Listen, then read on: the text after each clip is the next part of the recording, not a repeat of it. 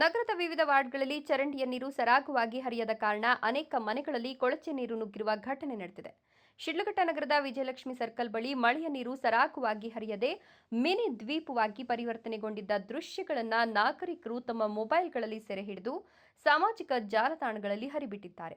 ಈ ವಿಚಾರವನ್ನು ಅರಿತ ನಗರಸಭೆಯ ಪೌರಾಯುಕ್ತೆ ಅಮೃತ ಅವರು ತಮ್ಮ ಸಿಬ್ಬಂದಿಯೊಡನೆ ವಿಜಯಲಕ್ಷ್ಮಿ ಸರ್ಕಲ್ 10-13ನೇ ವಾರ್ಡ್, ರೈಲ್ವೆ ಸ್ಟೇಷನ್ ರಸ್ತೆ ಇನ್ನಿತರ ಪ್ರದೇಶಗಳಿಗೆ ತೆರಳಿ ಮಳೆಯ ನೀರು ಹರಿಯುವ ಕಾಲುವೆ ಮತ್ತು ಚರಂಡಿಗಳ ಸ್ಥಿತಿಗತಿಗಳನ್ನು ಪರಿಶೀಲಿಸಿದ್ದಾರೆ.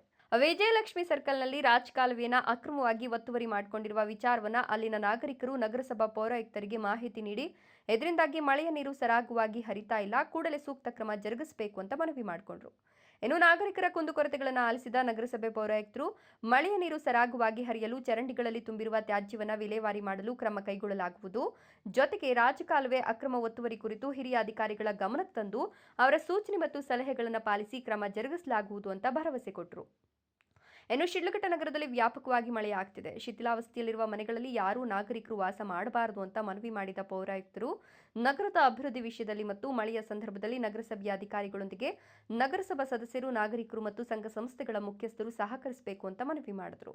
ಇದೇ ವೇಳೆಯಲ್ಲಿ ನಗರಸಭೆಯ ಅಧ್ಯಕ್ಷ ಎಂವಿ ವೆಂಕಟಸ್ವಾಮಿ, ನಗರಸಭಾ ಸದಸ್ಯ ನಾರಾಯಣಸ್ವಾಮಿ, ಮಂಜುನಾಥ್, ಭೂ ಅಭಿವೃದ್ಧಿ ಬ್ಯಾಂಕ್ ಮಾಜಿ ಅಧ್ಯಕ್ಷ ರಾಮಚಂದ್ರ, ಆರೋಗ್ಯ ನಿರೀಕ್ಷಕ ನರೇಶ್ ಮತ್ತು ನಗರಸಭಾ ಸಿಬ್ಬಂದಿ ಉಪಸ್ಥಿತರಿದ್ದರು.